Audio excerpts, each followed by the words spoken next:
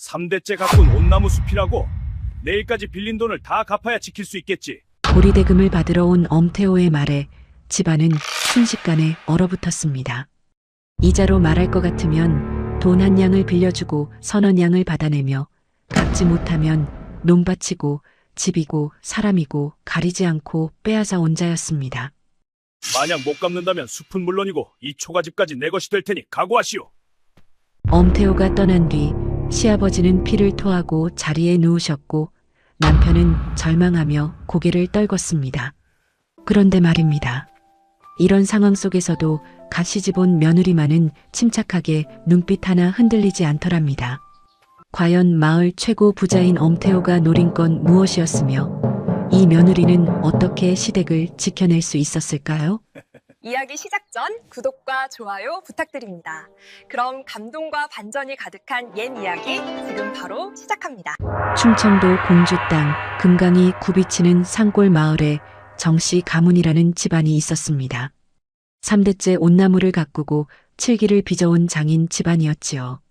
할아버지 때만 해도 정씨 가문의 칠기는 공주 장터에서 제일 비싸게 팔렸고 한양 양반네 집에까지 납품을 했다고 합니다.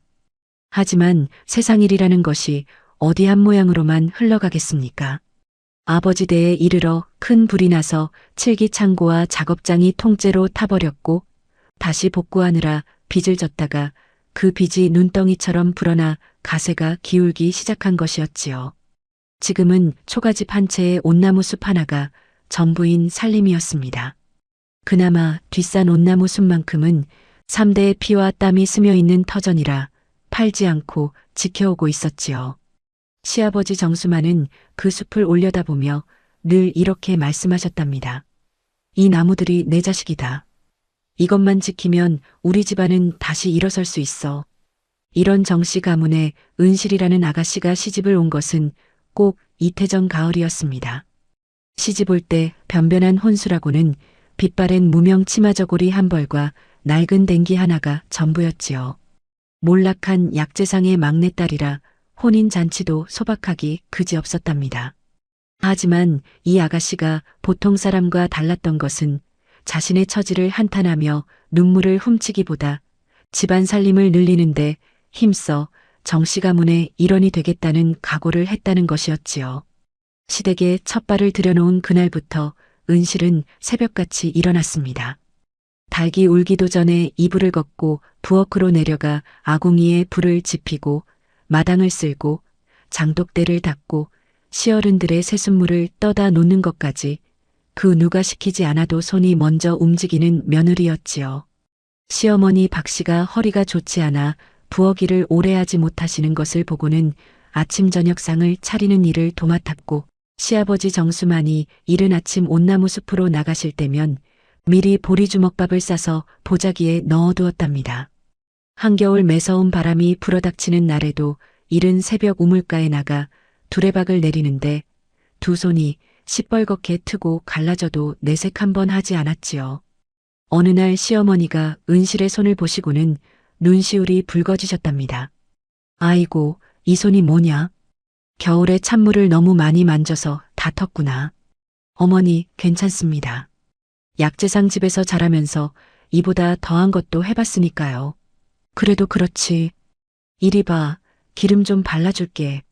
시어머니는 참기름을 손바닥에 덜어 은실에 갈라진 손등을 조심조심 문질러 주셨지요. 그 따뜻한 손길에 은실의 눈가가 잠깐 뜨거워졌지만 이내 웃음을 지으며 고개를 숙였답니다. 시어머니 박씨는 이웃집 아낙네들과 우물가에서 이야기를 나누실 때면 슬며시 이렇게 말씀하셨지요. 우리 며느리가 참 부지런하다오.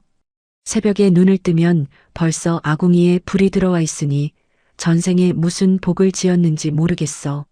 정씨 가문은 3대째 577기를 빚어온 장인의 집안이었기 때문에 뒷산 양지바른 기슭에 온나무 숲이 있었는데 할아버지 때에 심은 나무들이 이제는 둘레가 사내의 허리만큼 굵어진 것들이었지요. 그 숲에서 옷을 채취하고 칠기를 빚어 장터에 내다 파는 것이 정씨 가문의 유일한 살림 미천이었답니다. 논밭이 있는 것도 아니고 곳간에 곡식이 쌓여 있는 것도 아니었어요. 오로지 저 온나무 숲 하나가 이 집안의 전부였습니다. 시아버지 정수만은 날마다 그 숲에 올라 나무를 어루만지곤 했지요. 이 나무들이 내 자식이나 다름없다. 아버지한테 물려받아 내가 가꾸고 이것을 또 도영이한테 물려줘야지. 이 숲만 있으면 우리 집안은 굶어 죽을 일은 없어. 그렇게 넉넉하지는 않아도 평온하던 정씨 가문에 먹구름이 들이우기 시작한 것은 그의 봄이 오기 직전이었습니다. 겨울이 유난히 길어 장터에 사람도 줄었고 칠기를 찾는 손님도 뚝 끊어졌지요. 설상가상으로 시아버지의 기침이 깊어져 한동안 온나무 숲에 나가지 못하셨답니다. 은실이 약재를 다루던 친정 경험을 살려 이것저것 다려드렸으나 차도가 더디고 약값은 올라가기만 했지요. 부엌에 쌀이 떨어지기 시작했고 장독대의 된장마저 바닥이 보이기 시작했습니다. 남편 도영은 부족한 살림을 메우려고 이 집 저 집 문을 두드렸지만 선뜻 돈을 빌려주겠다는 사람이 없었어요. 어느 날 저녁 도영이 고개를 떨군 채 돌아오더니 은실 앞에 털썩 주저앉으며 말했지요. 여보, 내가 엄태호라는 사람한테 돈을 좀 빌렸소. 아버지 약값이 급해서 달리 방법이 없었소. 엄태호요? 엄태호라면 고을에서 돈놀이로 이름난 자 아닙니까? 알고 있소. 하지만 다른 데서는 아무도 빌려주지 않았소. 약값하고 한 달 살림 정도 얼마 안 되는 돈이요. 얼마를 빌리셨는지보다 이자가 얼마인지가 중요합니다. 혹시 문서에 이자가 어떻게 적혀 있던가요? 도영은 대답하지 못했지요. 급한 마음에 문서를 꼼꼼히 읽어보지 않은 것이었습니다. 은실은 한숨을 삼키며 더는 묻지 않았지요. 그리고 글쎄, 은실이 걱정한 대로 그 돈에 붙은 이자라는 것이 보통이 아니었답니다. 처음에는 작아 보였던 이자가 눈덩이처럼 불어나더니 갚을 날짜가 돌아왔을 때 도영이 원금을 채 갚지 못하자 이자가 이자를 낳고 또 이자가 불어나서 어느 순간 빌린 돈의 서너 배가 되어버렸지요. 가난한 백성의 급한 마음을 이용해서 살인적인 이자로 전답과 가옥을 빼앗아 온 것이 엄태호의 수법이었습니다. 그러던 어느 봄날이었습니다. 이른 아침 산골짜기에 안개가 자욱하게 깔린 날이었지요. 은실이 부엌에서 시아버지 드실 미음을 끓이고 있는데 대문 쪽에서 왁자지껄 소리가 들렸습니다. 문을 열고 나가보니 대문이 벌컥 열리며 낯선 사내들이 우르르 들어서고 있었지요. 앞장선 자는 50줄의 뚱뚱한 사내였는데 비단 도포 위에 모피배자를 걸치고 손가락마다 옥반지를 끼고 있었으며 허리에는 용 문양이 새겨진 은장도를 차고 있었습니다. 작은 눈이 기름기 도는 넓적한 얼굴 속에 반쯤 파묻혀 있었고 턱이 두 겹으로 접혀 있는 인상이 음흉한 느낌을 풍기고 있었지요. 엄태호였습니다. 하인 서넛이 양옆으로 딱 벌려 서며 좁은 마당을 가득 메웠는데 비좁은 초가집 마당이 순식간에 남의 땅이 되어버린 것 같았답니다. 도영이 허겁지겁 마당으로 뛰어나왔습니다. 얼굴이 허옇게 질려 있었지요. 엄태호는 도영을 보자마자 느릿느릿 부채를 펼쳐들더니 목소리를 깔았습니다. 온나무숲 문서 오늘 가져왔으면 좋으련만. 나지막한데도 서늘한 그 목소리에 마당의 공기가 한순간에 얼어붙는 것 같았지요. 도영이 입술을 꽉 깨물며 간신히 입을 열었습니다. 빚은 반드시 갚겠습니다. 조금만 시간을 주십시오. 하지만 온나무 숲은 3대째 내려온 터전이라 문서만큼은 드릴 수 없습니다. 엄태호가 부채를 탁 접으며 한 발짝 앞으로 나섰지요. 그리고는 태연한 말투로 그러나 한 글자 한 글자에 칼날을 숨긴 듯한 목소리로 말을 이었습니다. 시간은 이미 다 지났소. 정서방이 내 돈을 떼먹은 것은 증거가 있으니 문서를 내놓지 않으면 내일 당장 관아에 고발장을 넣겠소. 사또께서 판단하시면 될 일 아니겠소? 저는 돈을 떼먹은 적이 없습니다. 다만 갚을 시간이 더 필요한 것뿐입니다. 허허, 정서방. 빌려간 날짜도 지났고 이자도 못 갚았으니 세상 어디를 가도 내 말이 맞소? 내일까지 문서를 가져오시오. 그렇지 않으면 나도 예의를 지키기 어렵겠소. 고을 사또와도 안면이 두터운 자였으니 그 말이 허풍이 아니라는 것을 도영도 잘 알고 있었지요. 도영의 주먹이 파르르 떨렸지만 그 주먹은 아무 곳에도 닿지 못하는 허공의 주먹이었습니다. 은실은 부엌 문 앞에 서서 그 광경을 처음부터 끝까지 말없이 지켜보고 있었어요. 비단 도포의 문양, 손가락에 옥반지, 허리에 은장도, 그리고 말을 할 때마다 부채를 쥐었다, 펼쳤다 하는 손버릇까지 은실의 시선은 엄태호의 겉과 속을 하나도 놓치지 않고 살피고 있었지요. 엄태호는 하인들을 이끌고 대문을 나서면서 뒤를 돌아보며 못을 박았습니다. 내일까지요, 정서방. 내일. 그 서늘한 말이 텅 빈 마당에 쩡하니 울려 퍼졌지요. 마당에 정적이 내려앉았습니다. 안채 쪽에서 낮은 울음소리가 새어나왔지요. 은실이 급히 방문을 열자 시아버지 정수만이 아랫목에 쓰러져 있었습니다. 입가에 핏기가 돌고 있었어요. 엄태호의 으름장 소리가 얇은 문 하나 너머로 고스란히 들려왔던 것이지요. 평생 가꿔온 온나무 숲이 남의 손에 넘어간다는 것에 우라가 치밀어 피를 토하신 것이었습니다. 시어머니 박씨가 남편의 손을 붙잡고 울고 계셨지요. 여보, 여보, 눈 좀 떠보세요. 제발 눈 좀 떠봐요. 이불 위로 떨어진 핏자국을 치맛자락으로 닦으시면서도 떨리는 목소리를 감추지 못하시는 모습이 보는 사람의 가슴을 저미게 했답니다.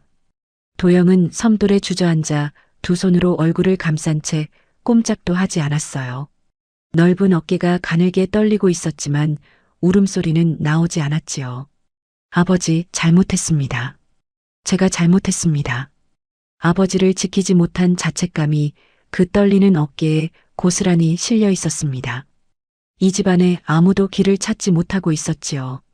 은실은 시아버지의 이마에 젖은 수건을 올려드리고 시어머니의 등을 조용히 쓸어드렸습니다.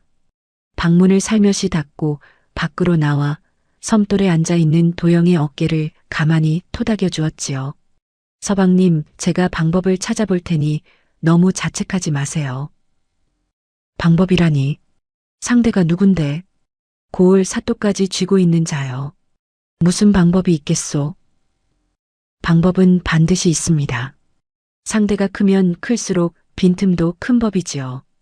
은실은 대문 밖으로 나가섰습니다. 엄태호가 사라진 길 끝을 한참이나 바라보았지요. 저녁놀이 산등성이를 붉게 물들이고 있었고 뒷산 온나무 숲의 나뭇가지들이 바람에 흔들리고 있었습니다. 은실의 눈빛에는 흔들림이 없었어요. 오히려 무언가를 마음속 깊이 다짐한 사람의 고요하고 깊은 눈이었지요. 은실이 뒷산 너머를 바라보며 낮은 목소리로 중얼거렸습니다. 이대로는 안 되겠구나. 그 한마디는 짧고 단단했습니다. 바람 속에 실려 누구의 귀에도 닿지 않았지만 이 한마디가 앞으로 고을 전체를 뒤흔들게 될 줄은 그때 그 누구도 알지 못했답니다. 그날 밤 은실은 잠을 이루지 못했습니다. 안채에서는 시아버지의 거친 숨소리가 끊이지 않았고 그 사이사이로 시어머니가 물수건을 짜는 소리가 들려왔지요. 마루 아래에서는 도영이 벽에 등을 기대 앉은 채 꼼짝도 하지 않고 밤을 새우고 있었습니다. 은실은 방 안에 누워 어두운 천장을 바라보며 생각을 이어갔지요. 엄태호라는 자가 단순히 빚을 받으러 온 것이 아니라는 것을 은실은 느끼고 있었습니다. 얼마 되지 않는 빚을 빌미로 온나무숲 문서를 통째로 내놓으라고 하는 것은 빚 때문이 아니라 처음부터 그 숲 자체를 노리고 있었다는 뜻이었지요. 빚은 핑계였고 온나무숲이 목적이었던 것이었습니다. 그렇다면 왜 하필 온나무숲인가? 그 이유를 알아야 싸울 수 있었지요. 적의 속을 모르고 덤비는 것은 눈을 감고 칼을 휘두르는 것과 다름이 없었습니다. 은실은 눈을 감고 마음을 가라앉혔지요. 밖에서 부엉이 우는 소리가 멀리서 들려왔습니다. 내일부터 움직여야 했지요. 이튿날 아침이었습니다. 은실은 새벽같이 일어나 시아버지의 미음을 끓이고 시어머니께 아침상을 올린 뒤 조용히 집을 나섰지요. 물동이를 들고 우물가로 향했습니다. 이른 아침 우물가는 마을 아낙네들이 물을 기르러 나오는 곳이었고 장터 못지않게 온갖 소문이 오가는 곳이기도 했지요. 은실이 도착했을 때 마침 아낙 셋이 모여 수다를 떨고 있었습니다. 그중 한 사람은 마을에서 제일 오래 살아 이 고을 사정이라면 손바닥 들여다보듯 꿰고 있다는 김시댁 아낙이었지요. 은실은 대뜸 엄태호 이야기를 꺼내지 않았습니다. 성급하게 물으면 오히려 입을 다무는 것이 사람의 마음이었지요. 먼저 날씨 이야기를 하고 올해 장터의 나물값이 얼마냐는 이야기를 나누다가 아주 자연스럽게 말머리를 돌렸답니다. 참, 요즘 고을에서 제일 큰 부자가 누구인가요? 시집 온 뒤로 통 바깥 소식을 몰라서요. 그 한마디에 아낙네들의 입이 저절로 열리기 시작했지요. 김시댁 아낙이 먼저 입을 열었습니다.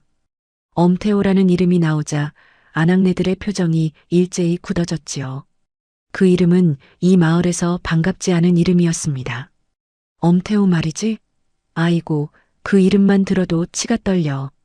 김시댁 아낙이 두레박을 내려놓으며 목소리를 한층 낮추었지요. 엄태호는 본래 이 고을 사람이 아니라 젊은 시절 어디선가 흘러들어와 작은 전당포로 시작한 자였답니다. 처음에는 공공한 사람들한테 적은 돈을 빌려주면서 인심 좋은 척을 했지. 그런데 한번 빚을 지면 빠져나올 수가 없어. 이자를 어찌나 촘촘하게 물리는지 이자가 이자를 낳고 또 이자가 불어나서 나중에는 빌린 돈의 서너 배를 갚아도 모자라. 옆에 있던 아낙이 고개를 세차게 끄덕이며 말을 보탰지요. 갚지 못하면 논밭을 빼앗고 논밭이 없으면 집을 빼앗고 집마저 없으면 몸으로 갚으라며 종처럼 부렸다지 뭐야. 우리 동네 박신혜도 그렇게 논 새 마지기를 빼앗기고 딴 고을로 쫓겨갔잖아. 그렇게 십수년을 두고 남의 것을 조금씩 제 것으로 만들어가며 지금의 부를 쌓아 올린 자였지요. 고을 사또와도 안면이 두터웠는데 해마다 적지 않은 뇌물을 바쳐 뒷배를 만들어 두었기 때문이었답니다. 그러니 억울한 일을 당해도 관아에 호소할 길이 막혀 있었던 것이지요. 은실은 물동이를 내려놓고 고개를 끄덕이며 조용히 듣고만 있었습니다. 여기까지는 이미 짐작하고 있던 이야기였지요. 하지만 은실이 정말 알고 싶은 것은 따로 있었어요. 이자의 약점이 무엇이냐는 것이었습니다. 돈이 많고 권세가 있는 자라도 반드시 구멍은 있는 법이었지요. 사람이란 가진 것이 많을수록 잃을 것도 많고 잃을 것이 많을수록 두려움도 큰 법이었습니다. 그렇게 돈이 많은 사람이 대체 뭐가 부족해서 남의 것까지 탐을 내는 것이지요? 은실이 넌지시 던진 이 한마디에 아낙네들이 서로 눈짓을 주고받더니 김시댁 아낙이 한 발짝 더 가까이 다가와 목소리를 더 낮추었답니다. 그 양반한테 별난 데가 있어. 금이라면 환장을 하는 사람이야. 어디서 금맥이 나왔다는 소문만 들리면 먼 고을까지 사람을 보내서 수소문하고 용하다는 술객이 있다 하면 큰 돈을 들여서 불러들이고 맞아 몇 해 전에 옆고을 산을 통째로 사들여서 금을 캐겠다고 일꾼을 수십 명이나 풀었는데 파도 나오는 게 돌멩이뿐이었다지. 그때 돈을 얼마나 날렸는지 몰라. 그런데도 안 고쳐져. 또 금 있다는 소문만 나면 눈이 뒤집히니까. 은실의 귀가 번쩍 뜨였지요. 하지만 얼굴에는 아무것도 내비치지 않았습니다. 평온한 표정을 유지하며 이야기를 더 들었지요. 아낙네들의 이야기는 거기서 그치지 않았습니다. 게다가 더 딱한 건 손자를 못 보고 있다는 거야. 아들이 하나 있는데 아들 내외한테 아직 자식이 없대. 나이가 벌써 60이 다 되었으니 얼마나 조바심이 나겠어. 김시댁 아낙이 고개를 절레절레 흔들며 말을 이었지요. 그래서 술객을 수시로 불러들여 물어보는데 그 술객이라는 자가 뭐라고 했는 줄 알아? 가문의 기운이 쇠하고 있으니 금 기운을 얻어야 대가 이어진다고 했대. 금을 찾으면 가문 운이 바뀌고 자손이 번창한다나. 엄태호가 그 말을 철석같이 믿고 있다는 거야. 은실은 빨래를 하는 척하며 물속에 손을 담그고 있었지만 머릿속은 쉴 새 없이 돌아가고 있었지요. 돈도 있고 땅도 있는 자가 가장 두려워하는 것이 자손이 끊기는 것이고 그 두려움이 금에 대한 맹목적인 집착으로 이어지고 있다는 뜻이었습니다. 그리고 술객의 말이라면 무조건 믿는 자. 눈앞에 보이는 것보다 믿고 싶은 것을 먼저 믿는 자. 은실은 그 순간 무언가가 머릿속에서 희미하게 윤곽을 잡아가는 것을 느꼈지요. 아직 또렷하지는 않았지만 안개 속에서 길이 어렴풋이 보이기 시작하는 느낌이었습니다. 우물가에서 돌아온 은실은 부엌일을 마치고 시아버지의 약을 다려드린 뒤 뒷마당으로 나갔습니다. 뒷산을 올려다보았지요. 산등성이 너머로 해가 기울기 시작하고 있었고 온나무 숲의 나뭇잎들이 저녁 바람에 살랑살랑 흔들리고 있었습니다. 그 온나무 숲 위쪽으로 더 올라가면 사람의 발길이 거의 닿지 않는 깊은 골짜기가 있었지요. 은실은 시집온 첫해 겨울에 남편 도영에게서 들은 이야기를 떠올렸습니다. 그 골짜기 안쪽에 오래전 은을 캐던 광이 있었다는 것이었지요. 할아버지 댁에 잠깐 은이 나오다가 금세 고갈되어 버렸고 그 뒤로는 아무도 거들떠보지 않는 빈굴이 되었답니다. 갱도는 반쯤 무너져 있었고 입구에는 자풀이 무성하게 자라 있어서 아는 사람이 아니면 그곳에 광이 있는 줄조차 모를 정도였지요. 시아버지 정수만도 그 폐광에는 아무런 관심이 없었습니다. 쓸모없는 빈 굴일 뿐이라고 여기셨으니까요. 은실은 그 폐광을 떠올리며 가만히 생각에 잠겼습니다. 아무도 거들떠보지 않는 쓸모없는 굴. 그런데 바로 쓸모가 없기 때문에 오히려 쓸모가 있을 수 있다는 생각이 스치고 지나갔지요. 금에 미친 자, 술객의 말이라면 무엇이든 믿는 자, 자손 걱정에 전전긍긍하는 자. 그런 자에게 만약 저 폐광에서 금기운이 솟아나고 있다는 이야기가 들어간다면 어찌 될 것인가. 은실의 머릿속에서 생각의 실타래가 한 올 한 올 풀리기 시작했습니다. 아직 전체 그림이 또렷하지는 않았지만 무언가가 안개 속에서 서서히 모습을 드러내고 있었지요. 그때 뒤에서 인기척이 났습니다. 복만이었지요. 시댁에서 20년 가까이 일해온 머슴으로 키가 크고 어깨가 떡 벌어졌으나 평소 행동이 느릿느릿하여 얼핏 보면 둔해 보이는 사내였습니다. 무명바지에 짧은 저고리를 걸치고 머리에 페랭이를 눌러 쓴 차림이 늘 한결같았지요. 하지만 은실은 알고 있었습니다. 이 사람이 겉보기와는 전혀 다른 사람이라는 것을요. 시키는 일은 빈틈없이 해내고 눈치가 여간 빠른 것이 아니었으며 무엇보다 입이 무거운 사람이었답니다. 복만이 다가와 은실 곁에 나란히 섰지요. 아씨, 뭘 보고 계십니까? 은실은 뒷산을 계속 바라보며 대답했습니다. 복만아, 저 뒷산 골짜기 안쪽에 옛날에 은을 캐던 폐광이 있다고 했지? 예, 할아버님 댁에 잠깐 은이 나왔다가 금세 고갈되어 아무도 안 가는 빈굴입지요. 갱도도 반쯤 무너졌을 겁니다. 그 광안이 어떻게 생겼는지 자세히 아는 사람이 있을까? 복만이 잠시 생각하더니 대답했지요. 영감님께서 젊은 시절에 한두 번 들어가 보셨다는 얘기는 들었음있지요. 안은 꽤 넓은데 돌벽이 군데군데 갈라져 있고 바닥에 물이 고여 있는 곳도 있다고 하셨습니다. 은실은 고개를 끄덕이며 말했습니다. 저 산이 우리 편이 되어줄 수도 있겠네. 복만은 무슨 말인지 알 수 없다는 표정으로 고개를 갸우뚱했지요. 하지만 은실이 이렇게 말할 때는 반드시 까닭이 있다는 것을 복만도 알고 있었습니다. 아씨가 그리 말씀하시면 이유가 있으시겠지요. 제가 뭘 하면 되겠습니까? 아직은 아무것도 안 해도 되네. 다만 내가 부를 때 바로 움직일 수 있게 준비만 해두게. 알겠습니다요. 복만은 더 묻지 않았습니다. 그저 은실이 바라보는 산 쪽을 함께 바라보며 조용히 서 있었을 뿐이었지요. 저녁 어스름이 내려앉고 있었습니다. 산등성이 위로 첫 별이 하나 떠올랐지요. 뒷산에서 불어오는 바람에 은은한 흙 냄새와 풀 냄새가 섞여 있었고 어디선가 귀뚜라미가 울기 시작했습니다. 은실의 눈빛이 어둠 속에서 고요하게 빛나고 있었지요. 탐욕이 큰 자일수록 반드시 구멍이 있는 법이었습니다. 그리고 두려움이 깊은 자일수록 믿고 싶은 것 앞에서 눈이 멀게 되어 있었지요. 은실은 오늘 하루 동안 엄태호라는 자의 비늘을 한 장 한 장 읽어낸 것이었습니다. 그 비늘 아래 감추어진 약한 살점이 어디인지를 이제는 알 수 있었지요. 은실이 몸을 돌려 안채로 향하며 나지막이 중얼거렸습니다. 욕심이 많은 자는 제 욕심이 제 눈을 가리는 법이지. 복만이 그 뒷모습을 바라보며 고개를 한번 끄덕였습니다. 무슨 뜻인지는 아직 알 수 없었지만 저 며느리가 무언가를 시작하려 한다는 것만은 분명히 느낄 수 있었지요. 뒷산 위로 별이 하나둘 늘어가고 있었습니다. 그로부터 이틀이 지난 밤이었습니다. 시아버지의 병세가 조금 가라앉아 미음을 두어 숟갈 드실 수 있게 된 날이었지요.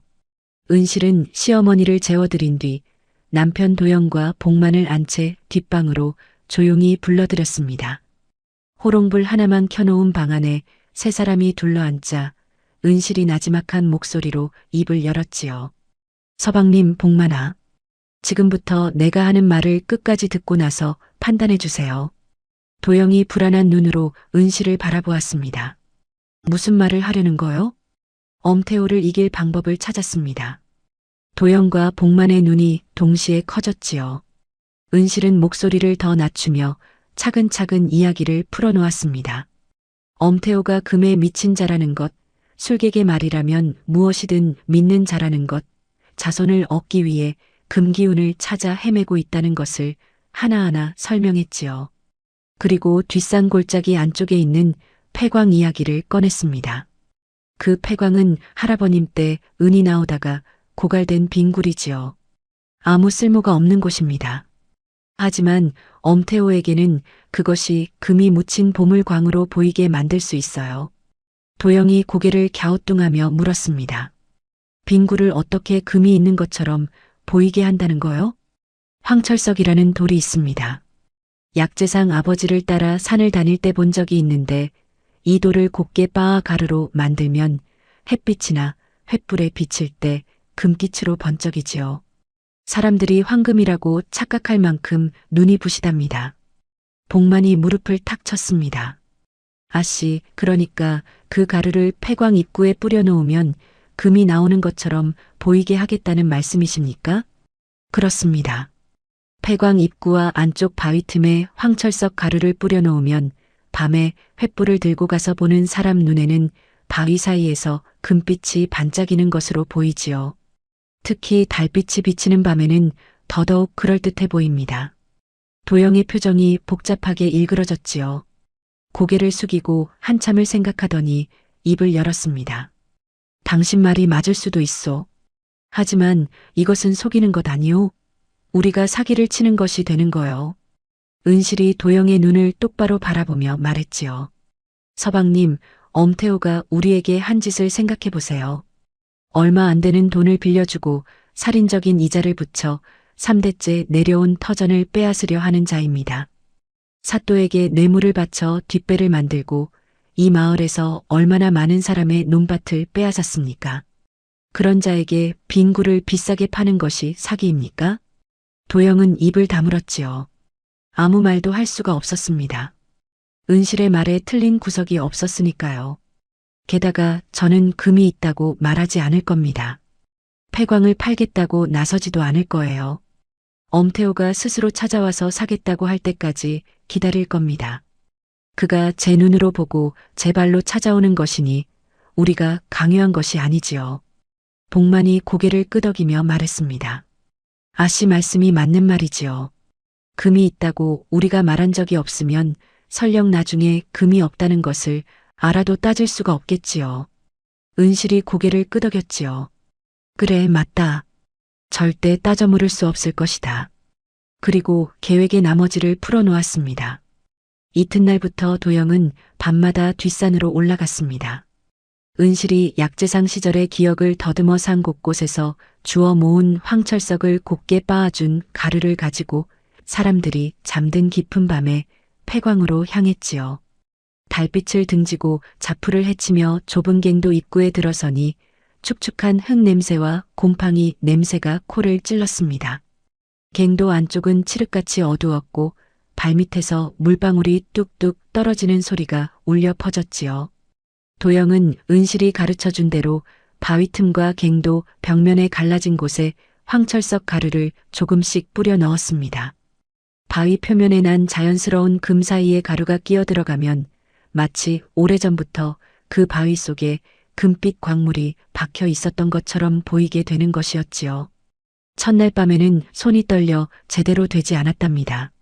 하지만 이틀째 밤부터는 손놀림이 익숙해졌고 사흘째 되는 밤에 횃불을 들어 비춰보니 갱도 벽면 여기저기에서 금빛이 반짝반짝 빛나는 것이 금을 잘 모르는 사람이 보면 틀림없이 금맥이 살아나고 있다고 믿을 만한 광경이 만들어졌지요. 도영이 횃불 아래에서 반짝이는 벽면을 보며 감탄했습니다. 이것을 보면 나도 금이라고 믿겠소. 정말 금처럼 빛나는구려. 횃불이나 달빛처럼 은은한 빛에서 더 그럴듯하게 보입니다. 대낮에 햇빛 아래서 보면 금과 구별이 되지만 어두운 갱도 안에서 횃불 하나 들고 보는 사람은 절대 분간하지 못해요. 은실은 폐광 입구 주변에도 가루를 흩뿌려 놓았지요. 비가 오면 씻겨 내려가겠지만 그 전에 소문이 퍼지고 사람이 찾아오면 충분했습니다. 그 다음은 결혼해서 출가한 남편의 누이인 형님 영순의 차례였지요. 은실은 어느 날 영순을 몰래 불러 조용히 부탁을 했습니다. 영순은 원래 입심이 좋고 사람을 잘 사귀는 성품이었지요. 우물가에서 아낙네들과 수다를 떠는 것은 영순에게 밥 먹는 것보다 쉬운 일이었답니다. 형님, 우물가에 가시거든 아무렇지도 않게 이 이야기를 흘려주세요. 다만 절대로 제가 시킨 것처럼 보여서는 안 됩니다. 무슨 이야기를 흘리라는 거냐? 은실이 영순의 귀에 대고 속삭였습니다. 영순의 눈이 동그래졌다가 이내 씩 웃음이 번졌지요. 알겠다, 동생아. 이 정도는 식은 죽 먹기지. 다음 날 아침 영순은 물동이를 이고 우물가에 나갔습니다. 아낙네 대여섯이 모여 이런저런 이야기를 나누고 있었지요. 영순은 한참 동안 다른 이야기를 하다가 문득 생각난 듯 고개를 갸우뚱하며 말을 꺼냈습니다. 참, 이상한 이야기를 하나 들었는데 우리 동네 뒷산 골짜기에 옛날에 은을 캐던 폐광이 있잖아. 그 근처를 지나가던 나그네가 그러는데 밤에 그 굴 쪽에서 이상한 금빛이 비치더래.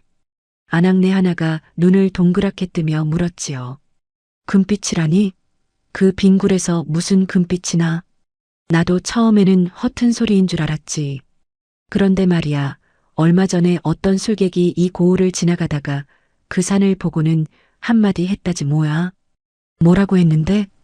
영순이 목소리를 한층 낮추며 아낙네들 사이로 고개를 들이밀었지요. 저 산 아래에 천년 금두꺼비가 잠들어 있는데 그 기운이 서서히 깨어나고 있다고. 부자가 그 기운을 받으면 자손이 번창하고 만대 영화를 누린다고 했대.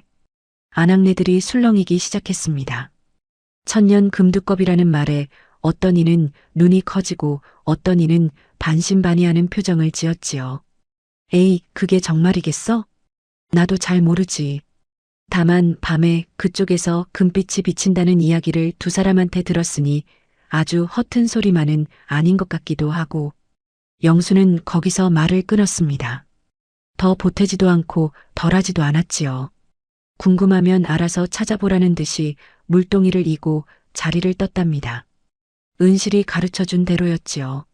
너무 많이 말하면 의심을 사고 너무 적게 말하면 씨앗이 심어지지 않는 법이었습니다. 소문이라는 것은 참으로 신기한 것이어서 우물가에서 한 사람의 입에서 나온 이야기가 저녁 되면 마을 구석구석으로 퍼져나갔지요. 뒷산 폐광에서 금빛이 비친다더라. 천년 금두꺼비가 깨어나고 있다더라. 부자가 그 기운을 받으면 자손 대대로 복을 받는다더라. 이야기가 입에서 입으로 옮겨질 때마다 조금씩 살이 붙고 과장이 더해져서 이틀이 지나자 이 소문은 마을을 넘어 장터까지 흘러들어갔답니다. 그리고 그 소문이 엄태호의 귀에 들어가기까지는 이틀이 채 걸리지 않았지요. 소문을 들은 엄태호가 어떤 반응을 보였는지는 나중에야 알게 된 일이었습니다. 하지만 은실은 이미 짐작하고 있었지요. 금이라는 말에 눈이 뒤집히는 자가 천년 금두꺼비의 자손번창이라는 말까지 더해졌으니 가만히 있을 리가 없었으니까요. 과연 사흘째 되는 밤이었습니다. 복만이 뒷산 아래 수풀에 숨어 폐광 쪽을 지켜보고 있었는데 멀리서 횃불 하나가 산길을 따라 올라오는 것이 보였지요.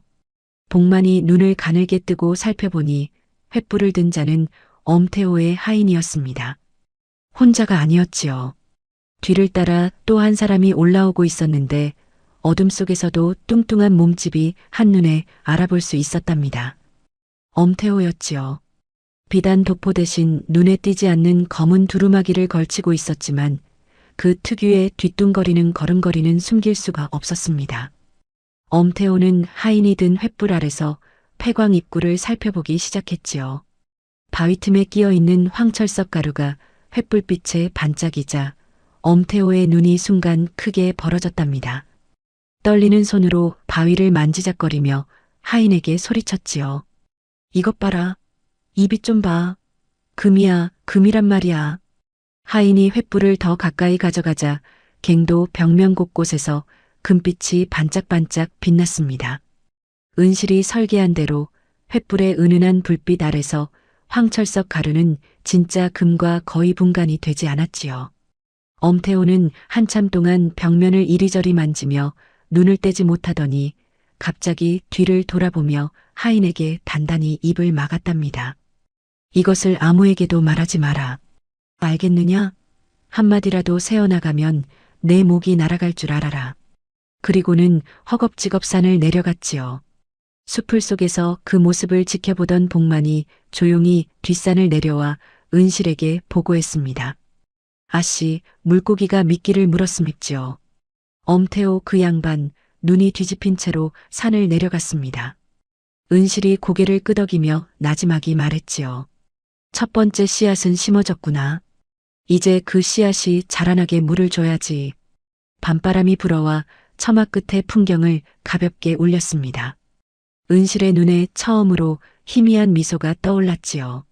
하지만 그 미소 뒤에는 아직 끝나지 않은 싸움에 대한 긴장이 서려 있었답니다. 소문이란 것은 참으로 묘한 것이어서 한 사람의 입에서 나온 말이 10사람의 귀를 타고 돌면 어느새 100사람의 진실이 되어버리는 법이었지요. 천년 금두꺼비 이야기가 마을을 휩쓸고 지나간 지 사흘째 되던 날이었습니다. 은실의 계획은 이제 다음 수순으로 넘어가야 했지요. 소문만으로는 엄태호를 움직일 수 없었습니다. 소문이 씨앗이라면 그 씨앗에 물을 줄 사람이 필요했지요. 엄태호 같은 자는 아낙네들의 수다쯤은 귀담아 듣지 않을 수도 있었습니다. 하지만 전문가의 입에서 나온 말이라면 이야기가 달라지는 법이었지요. 은실은 복만을 불러 조용히 말했습니다. 복만아, 이제 내가 나설 차례다. 말씀만 하십시오, 아씨. 장터 주막에 가서 떠돌이 광산 전문가 행세를 해야 한다. 이 고을 산줄기의 기운이 예사롭지 않다는 말을 흘려야 해. 다만 절대로 먼저 나서서 떠들면 안 된다. 혼잣말처럼 중얼거리되 옆 사람이 들을 수 있을 만큼만. 알겠느냐? 혼잣말을 하되 남이 듣게 하라는 말씀이지요? 그렇다. 사람이란 남이 떠드는 이야기보다 우연히 엿들은 이야기를 더 믿는 법이니까. 복만은 고개를 끄덕였지요. 은실은 복만의 차림새를 하나하나 점검했습니다. 낡았지만 격이 있어 보이는 두루마기를 걸치게 하고 머리에는 정이 깊이 펜갓을 씌웠지요. 손에는 나침반처럼 보이는 작은 패철 하나를 쥐어주었는데 이것은 은실이 친정아버지의 유품 상자에서 꺼내온 것이었답니다. 복만의 큰 체구에 두루마기를 걸치니 어디서 보아도 여러 산을 돌아다니며 광맥을 살피는 사람처럼 보였지요. 복만아, 한 가지 더. 내가 이 고을 사람이라는 것을 절대 들키면 안 된다. 말투도 좀 바꿔야 해. 충청도 말고 경상도 쪽 억양을 섞을 수 있겠느냐? 젊은 시절에 경상도 광산에서 일한 적이 있으니 그 정도는 할 수 있음있지요. 은실은 비로소 고개를 끄덕이며 복만을 내보냈습니다. 이튿날 오후였지요. 장터 주막에는 장꾼들과 떠돌이 장사치들이 모여 막걸리를 기울이고 있었습니다. 복만은 구석자리에 홀로 앉아 막걸리 한 사발을 앞에 놓고 있었지요. 갓을 쓰고 두루마기를 걸친 차림의 손에는 패처를 만지작거리고 있었으니 주막 안의 사람들이 슬금슬금 눈길을 보내는 것은 당연한 일이었습니다. 복만은 아무에게도 말을 걸지 않았지요. 그저 막걸리를 한 모금 마시고는 혼잣말처럼 중얼거렸답니다. 이 고을 산줄기가 이상하구먼. 금기가 이렇게 강한 곳은 처음이야. 옆자리에 앉아있던 장꾼 하나가 귀를 쫑긋 세웠지요. 복만은 모른 척하고 패처를 들여다보며 또 중얼거렸습니다. 뒷산 골짜기 쪽에서 특히 기운이 세게 뻗치는데 이건 보통 일이 아니야. 죽었던 맥이 되살아나는 기운이란 말이지. 장꾼이 참다 못해 말을 걸었지요. 어르신, 실례지만 무슨 일을 하시는 분이시오? 복만은 일부러 한 박자 쉬었다가 대답했습니다. 이 산 저 산 돌아다니며 땅속의 기운을 살피는 사람이요. 광맥을 읽는 일을 해온 지가 벌써 20년이 넘었지. 광맥이라 하면 혹시 금이나 은 같은 것을 말씀하시는 겁니까? 그런 셈이지. 그런데 이 고을은 참 묘한 곳이요. 내가 팔도를 돌아다녀 봤지만 이런 산세는 처음이야. 뒷산 쪽에 폐광이 하나 있다 하던데 그 근처에서 기운이 심상치 않게 뻗치고 있어. 이 말이 주막 안에 퍼지자 술잔을 기울이던 사람들이 하나둘 귀를 기울이기 시작했지요. 복만은 더 이상 말을 보태지 않았습니다. 은실이 당부한 대로 말을 아끼는 것이 더 효과적이라는 것을 알고 있었지요. 사람들이 물어볼수록 짧게 대답하고 물어보지 않으면 혼잣말만 하며 패처를 들여다보았답니다. 그것이 오히려 사람들의 궁금증을 더 크게 만들었지요. 그날 저녁 주막에서 있었던 이야기는 바람보다 빠르게 고을 곳곳으로 퍼져나갔습니다. 그리고 그 이야기가 엄태호의 귀에 들어가는 데는 하룻밤이면 충분했지요. 엄태호의 하인 중 하나가 늘 장터를 돌아다니며 고을의 소문을 수집해 오는 자였는데 이 이야기를 듣자마자 달려가 엄태호에게 보고한 것이었답니다. 이튿날 아침이었지요. 복만이 주막에서 아침밥을 먹고 있는데 낯선 사내둘이 다가왔습니다. 혹시 광맥을 보신다는 어르신이 맞습니까? 저희 대감께서 뵙고 싶다 하십니다. 복만은 일부러 귀찮다는 듯 손을 내저었지요. 나는 바쁜 사람이요. 내일 새벽이면 다른 고을로 떠나야 하는데. 대감께서 후하게 살해하시겠다 하셨습니다. 잠깐이면 됩니다. 복만은 한참을 망설이는 척하다가 마지못해 따라 나섰지요. 엄태호의 저택에 들어서자 복만의 눈이 한 바퀴 돌아갔습니다. 넓은 마당에 기와가 번쩍이는 대청, 곳간이 서너 채, 하인들이 분주하게 오가고 있었지요. 복만은 속으로 생각했습니다. 이것이 다 남의 피와 땀으로 세운 것이로구나. 대청에 올라가니 엄태호가 비단 방석 위에 떡하니 앉아 있었습니다. 옥반지를 낀 손으로 부채를 톡톡 두드리며 복만을 위아래로 훑어보았지요. 광맥을 읽는다는 분이 맞소? 그렇소. 20년 넘게 팔도의 산을 돌아다니며 땅속의 기운을 살펴온 사람이요. 그렇다면 뒷산 골짜기에 있는 폐광 이야기를 들었을 텐데 그곳이 어떻소? 복만은 일부러 말을 아꼈지요. 너무 쉽게 대답하면 의심을 살 수 있었습니다. 패처를 꺼내 잠시 들여다보더니 천천히 입을 열었지요. 직접 가보지 않고서는 확답을 드리기 어렵소. 하지만 어제 주막에서 느낀 바로는 이 고을 산줄기의 금기가 예사롭지 않소. 특히 뒷산 쪽에서 강한 기운이 뻗치고 있었소. 엄태호의 작은 눈이 반짝 빛났지요. 부채를 만지작거리는 손끝이 미세하게 떨리고 있었습니다. 복만은 그 떨림을 놓치지 않았지요. 물고기가 미끼 냄새를 맡고 가까이 오고 있었습니다. 그 폐광을 직접 가서 살펴볼 수 있겠소? 가볼 수는 있지만 내일 아침이면 이 고을을 떠나야 하오. 다른 곳에서도 나를 기다리고 있으니. 살해는 후하게 하겠소. 오늘 당장 가줄 수 있소? 복만은 한참을 뜸을 들이다가 마지못해 수락하는 척했지요. 그날 오후 복만은 엄태호와 하인 둘을 데리고 뒷산 골짜기의 폐광으로 향했습니다. 산길을 올라가는 동안 복만은 여기저기서 멈춰서서 패처를 들이대고 하늘을 올려다보고 바닥에 흙을 집어 냄새를 맡는 신용을 했지요. 엄태호는 뒤에서 초조한 눈으로 복만의 일거수일투족을 살피고 있었답니다. 폐광 입구에 도착했을 때 복만이 걸음을 멈추었습니다. 도영이 며칠 밤을 걸쳐 뿌려놓은 황철석 가루가 햇빛에 반짝이며 입구 주변의 바위와 흙 위에서 금빛을 내고 있었지요. 복만이 일부러 크게 숨을 들이쉬더니 패처를 높이 들어 올렸습니다. 이것 보시오. 이 금빛이 보이시오? 이것은 땅속의 금기가 밖으로 솟아오르고 있다는 증거요.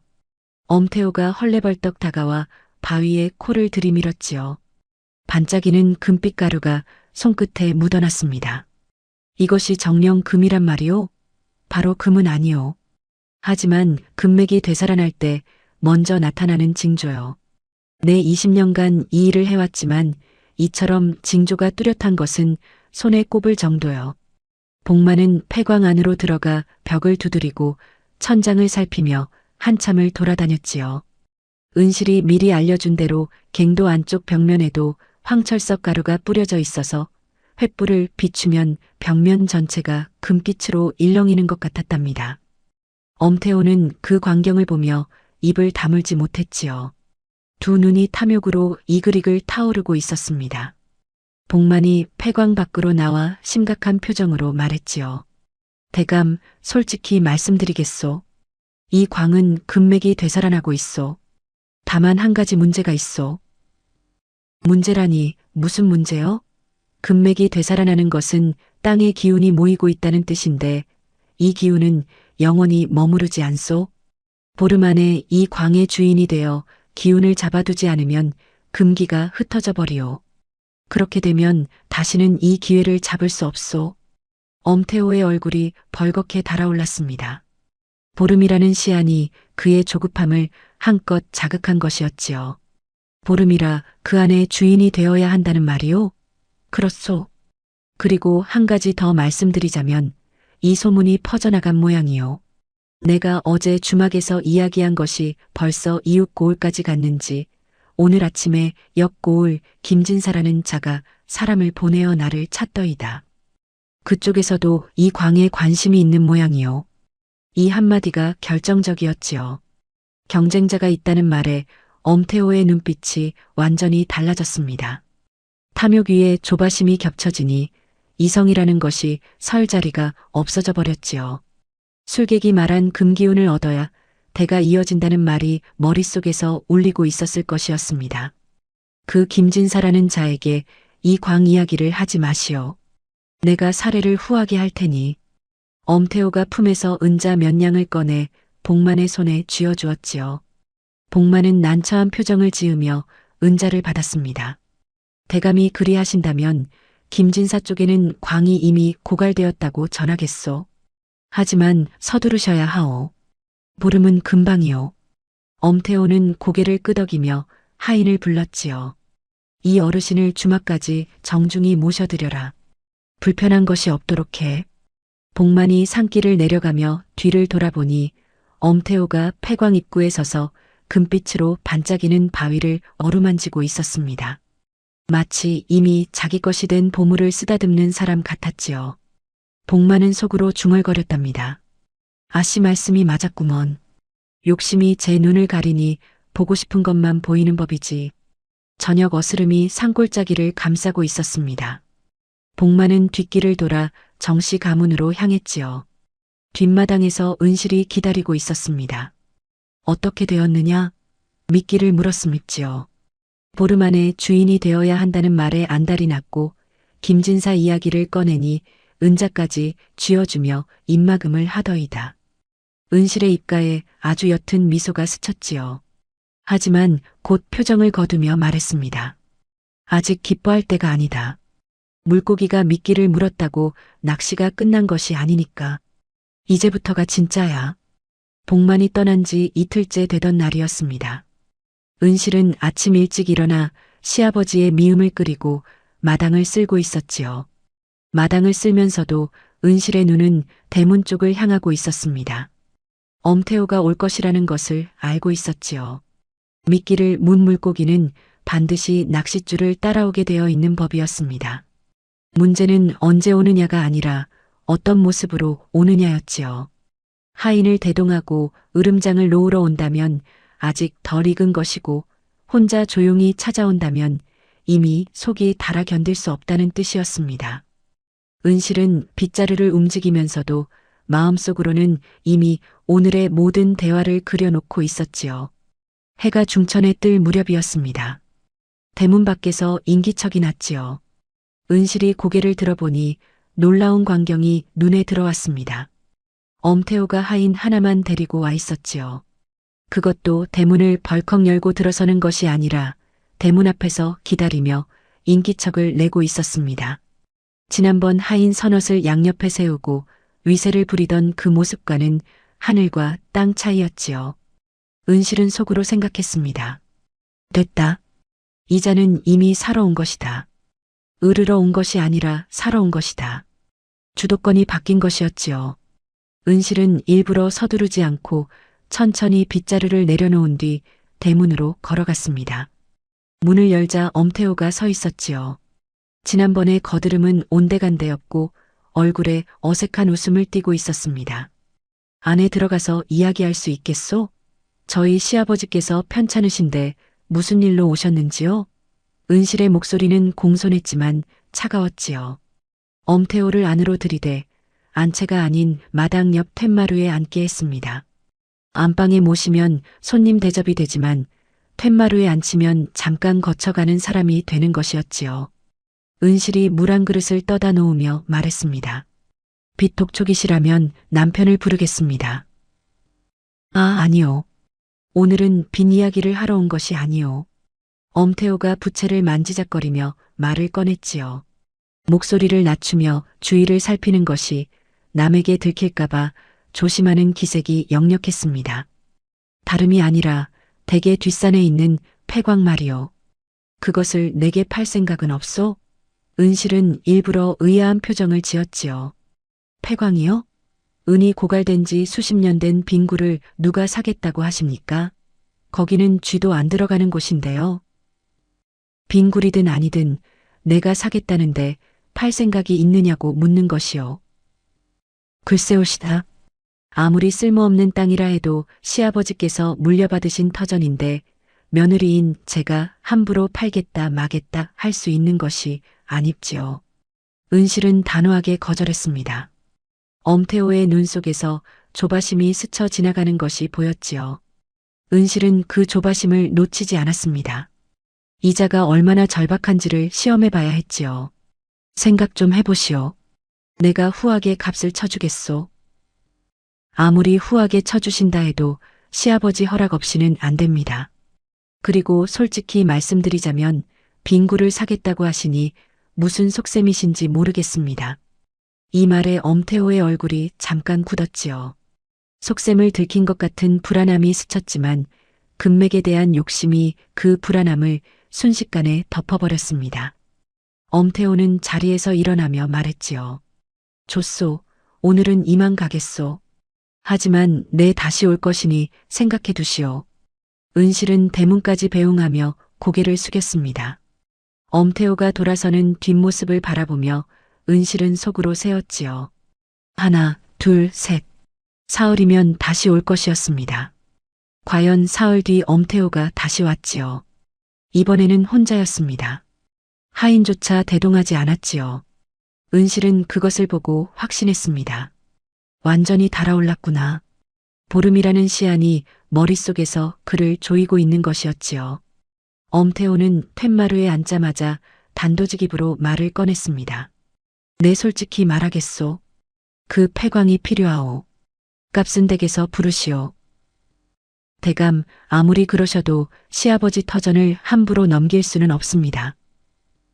나도 빈손으로 온 것이 아니오. 내가 가진 기와집 2채를 주겠소. 은실은 잠시 생각하는 척하다가 고개를 저었지요. 기와집 2채로 3대의 터전을 바꿀 수는 없습니다. 엄태호의 이마에 땀방울이 맺히기 시작했습니다. 보름이라는 시안이 하루하루 줄어들고 있었고 이웃 고을 김진사가 먼저 손을 쓸지도 모른다는 불안감이 엄태호의 가슴을 짓누르고 있었지요.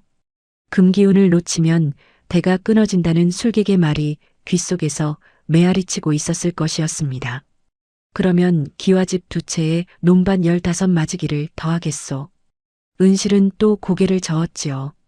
3대의 터전이란 돈으로 값을 매길 수 있는 것이 아닙니다. 대체 얼마를 원하는 것이오? 엄태호의 목소리가 높아졌습니다.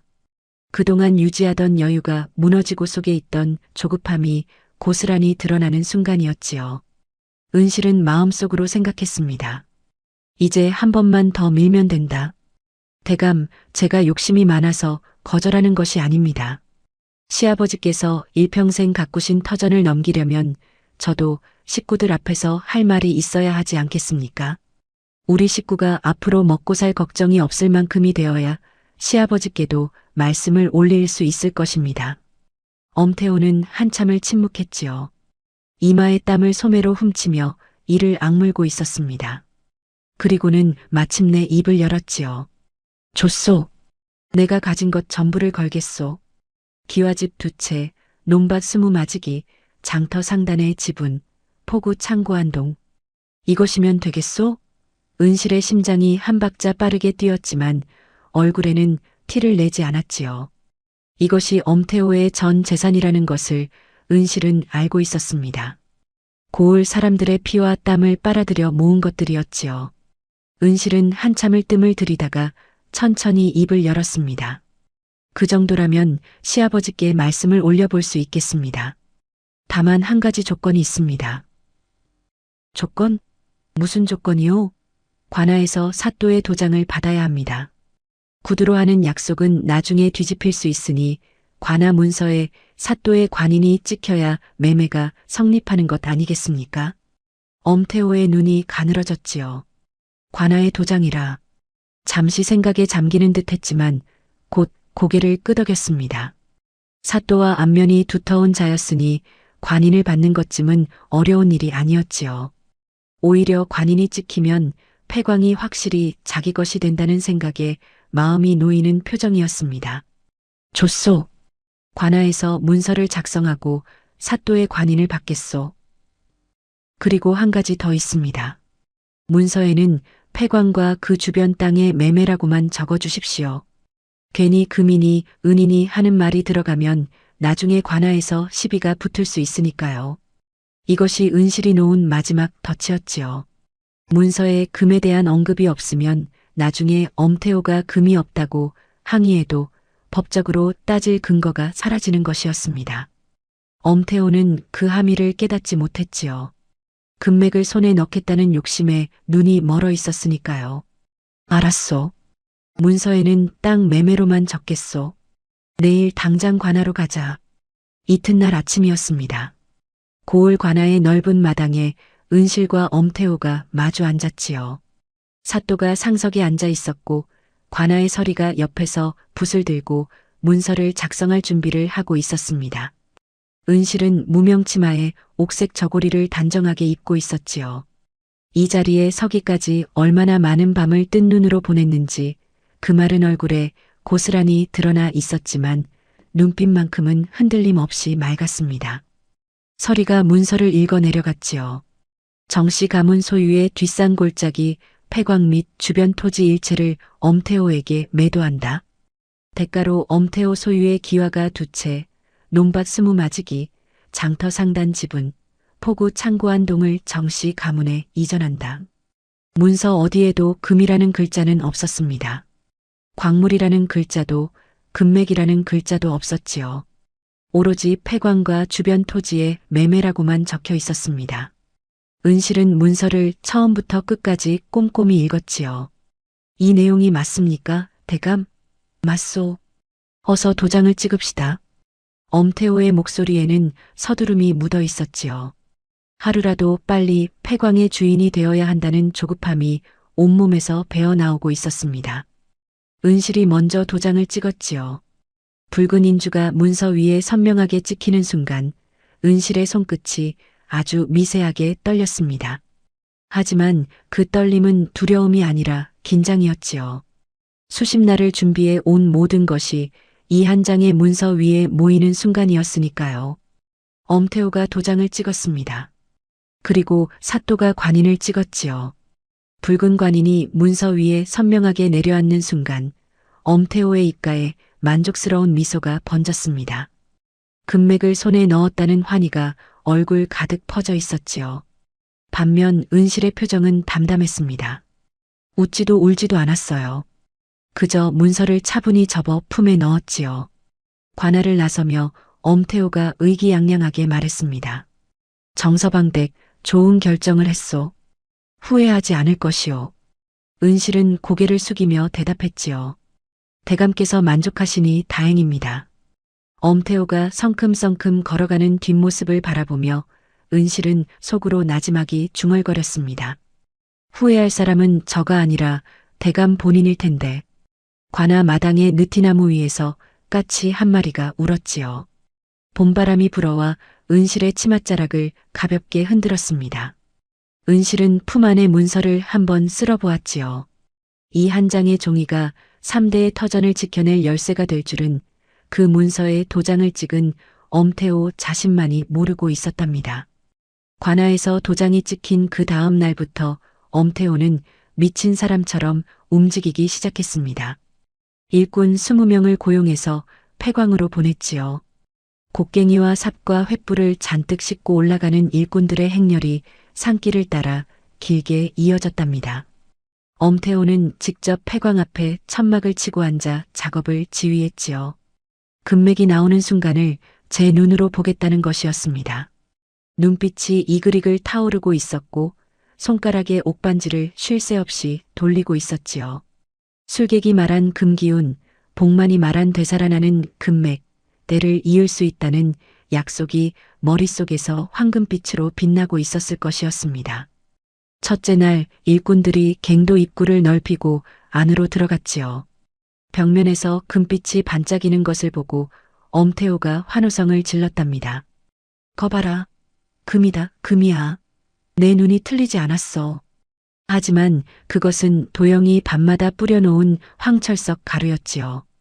파내면 파낼수록 금빛은 사라지고 그 안에서 나오는 것은 검붉은 녹물과 부서지는 돌멩이뿐이었습니다. 둘째 날 갱도를 더 깊이 파들어갔지요. 천장에서 물이 새고 벽이 무너져 내리는 곳도 있었습니다. 셋째 날, 넷째 날. 일꾼들의 곡괭이 소리가 산골짜기에 메아리 쳤지만 나오는 것은 녹슨 흙덩이와 부서진 바위뿐이었지요. 닷새째 되던 날 일꾼 하나가 벽면에서 떨어진 돌멩이를 들고 엄태호 앞에 왔습니다. 대감, 이것이 금이 아닌 것 같습니다.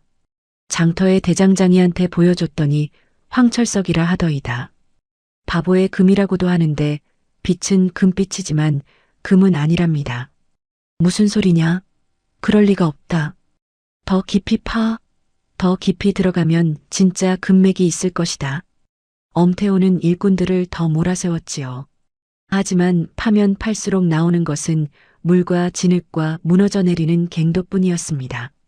금은커녕 은조차 나오지 않았지요. 열흘이 지나자 일꾼들이 하나둘 도망치기 시작했습니다. 삭을 받지 못할 것 같다는 눈치를 챈 것이었지요. 어딜 가? 아직 끝나지 않았어. 돌아와. 엄태호가 소리를 질렀지만 일꾼들은 뒤도 돌아보지 않았답니다. 텅 빈 갱도 앞에 엄태호가 홀로 남았지요. 비단도포는 흙투성이가 되어 있었고 옥반지를 낀 손은 파르르 떨리고 있었습니다. 차갑고 어두운 갱도 안에서 바람이 불어나올 때마다 횃불이 흔들렸지요. 그 흔들리는 불빛 속에서 엄태호는 그제야 깨달은 것이었습니다. 속았다는 것을. 엄태호가 정시 가문으로 달려온 것은 그날 저녁이었습니다. 대문을 발로 걷어차듯 열고 마당으로 들어섰지요. 지난번 폐광을 사겠다며 조용히 찾아왔던 모습은 온데간데였고 얼굴이 시뻘겋게 달아올라 있었습니다. 비단도포에 흙이 덕지덕지 묻어 있었고 갓은 비뚤어져 있었으며 눈이 충혈되어 벌겋게 물들어 있었지요. 정서방댁, 나를 속였소? 그 광에 금 같은 것은 한 톨도 없소? 은실이 안채에서 천천히 나왔지요. 시아버지의 약을 다리다가 나온 듯 앞치마에 약재 냄새가 배어 있었습니다. 은실은 놀라지도 당황하지도 않았어요. 마치 이 순간이 올 것을 처음부터 알고 있었다는 듯 고요한 눈으로 엄태호를 바라보았지요. 대감 무슨 말씀이신지 모르겠습니다. 금맥이 되살아나고 있다며, 천년 금두꺼비가 있다며, 다 거짓이었소? 대감, 제가 언제 금이 있다고 말씀드린 적이 있습니까? 엄태호가 말문이 막혔지요. 은실의 목소리는 나지막했지만 한 글자 한 글자가 또렷했습니다. 대감께서 저희 집 폐광을 사겠다고 먼저 찾아오셨지요. 저는 처음에 거절했습니다. 쥐도 안 들어가는 빈 굴이라고 말씀드렸고요. 두 번째 오셨을 때도 거절했습니다. 값을 올리고 또 올리신 것도, 마지막에 전 재산을 걸겠다고 하신 것도 대감 본인이셨지요. 하지만 금맥 이야기를 제가 한 적이 있습니까? 관아 문서를 꺼내어 보십시오. 문서 어디에 금이라는 글자가 있습니까? 폐광과 주변 토지에 매매라고만 적혀 있지요. 그 문서에 대감께서 직접 도장을 찍으셨고 사또의 관인까지 찍혀 있습니다. 엄태호의 얼굴이 허옇게 변했지요.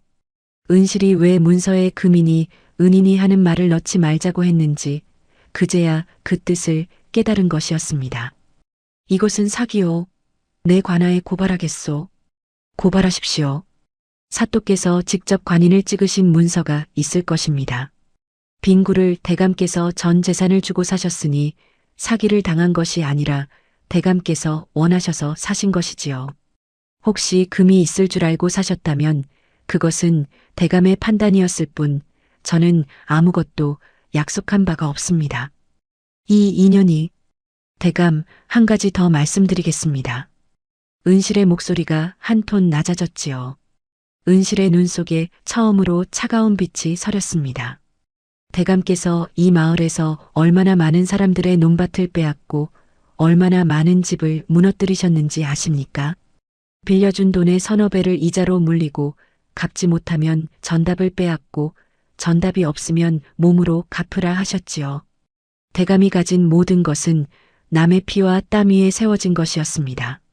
오늘 대감이 잃으신 것은 원래 대감의 것이 아니었어요.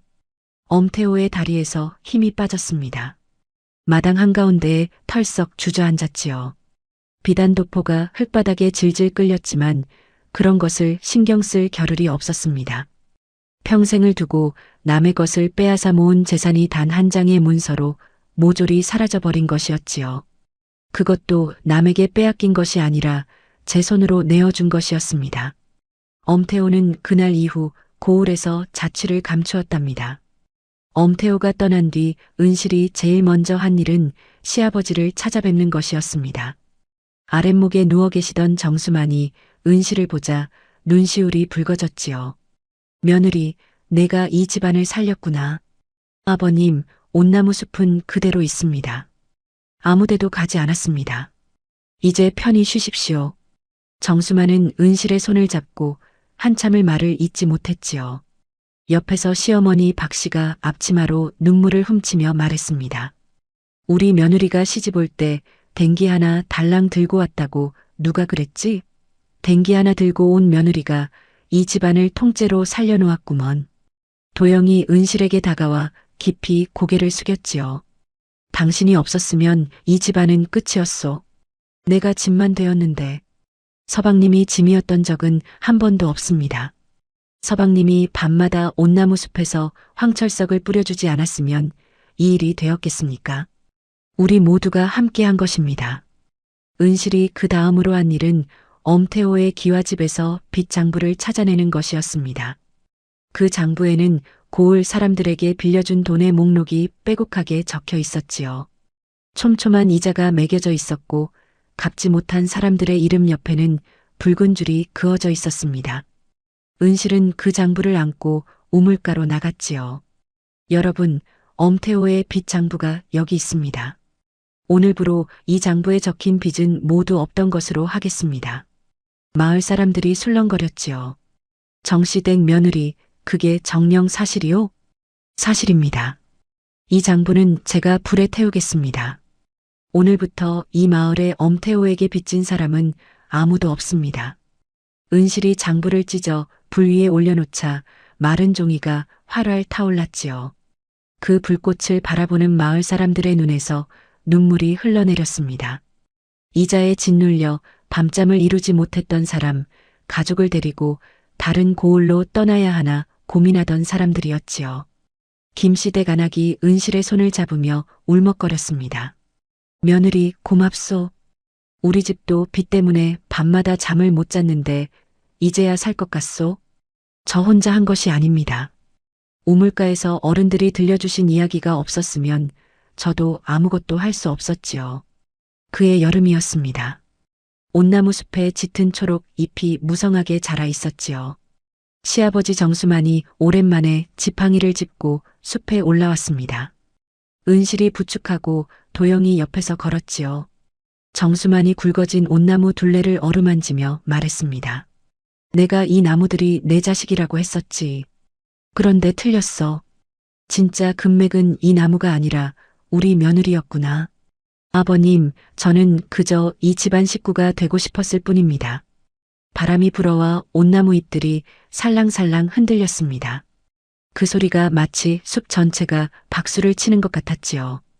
은실의 눈가에 이슬 같은 것이 맺혔다가 바람에 말라버렸습니다. 그 뒤로 정씨 가문의 칠기는 고을에서 제일 가는 물건이 되었답니다.